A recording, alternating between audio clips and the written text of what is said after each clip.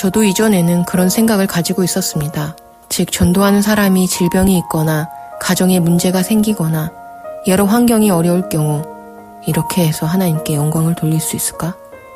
이런 모습으로 어떻게 위대하고 놀라우며 사랑으로 충만하신 하나님을 증거할 수 있을까? 라는 의문을 가졌습니다. 그러나 사실 그것은 잘못된 것이었고 하나님에 대한 오해였습니다. 그래서 저는 회개하며 제 이전의 생각을 내려놓고 겸손히 모교회의 인도에 순종하기로 결심했습니다. 우리가 가난하거나 어려운 환경에 있거나 질병이 있다고 해서 성도가 해야 할 전도의 일을 멈춰서는 안 된다고 가르쳐 주셨습니다. 사실 저 역시 이런 상황 속에서 주님의 부르심을 받았습니다. 전도는 자신을 드러내거나 체면을 세우기 위한 것이 아니라 하나님께서 우리에게 주신 가장 큰 사명입니다.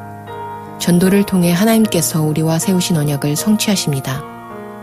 복음은 하나님의 능력입니다. 우리가 연약한 중에 전도할지라도 하나님의 영광이 가려지는 것이 아니라 오히려 우리의 연약함 속에서 하나님의 능력이 더욱 나타나고 하나님께서 우리와 함께 하신다는 증거를 경험하게 됩니다. 하나님께서는 우리 같은 연약한 질그릇을 통해서도 그의 뜻을 이루시기를 원하십니다.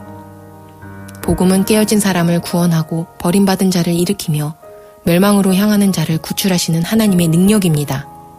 하나님께서는 믿는 모든 사람을 구원하시려 하십니다. 지난 몇 년 동안 저희 교회에서도 3명의 일꾼이 자신의 뜻이 받아들여지지 않고 사욕이 채워지지 않자 교회를 떠났습니다. 떠난 뒤에는 세상 사람들 앞에서 자기 합리화를 위해 악의적인 거짓을 꾸며내고 교회를 비방했습니다. 그 결과 교회의 복음 사역이 크게 방해를 받았고 성도들 중에도 전도가 어렵다 하여 전혀 전도하지 않거나 멈춘 이들이 있었습니다. 그러나 감사한 것은 계속해서 모교회의 말씀을 통해 형제자매들의 생명이 변화되었고 이제는 모두 전도에 나서며 영혼을 세우기 시작했습니다. 몇 년 동안 침체되었던 교회가 다시 활기를 되찾게 되었고 교회 안에 희망이 보이기 시작했습니다. 주님께 감사드리며 영광을 주님께 돌립니다. 특히 모교회의 양육과 가르침에 깊이 감사드립니다.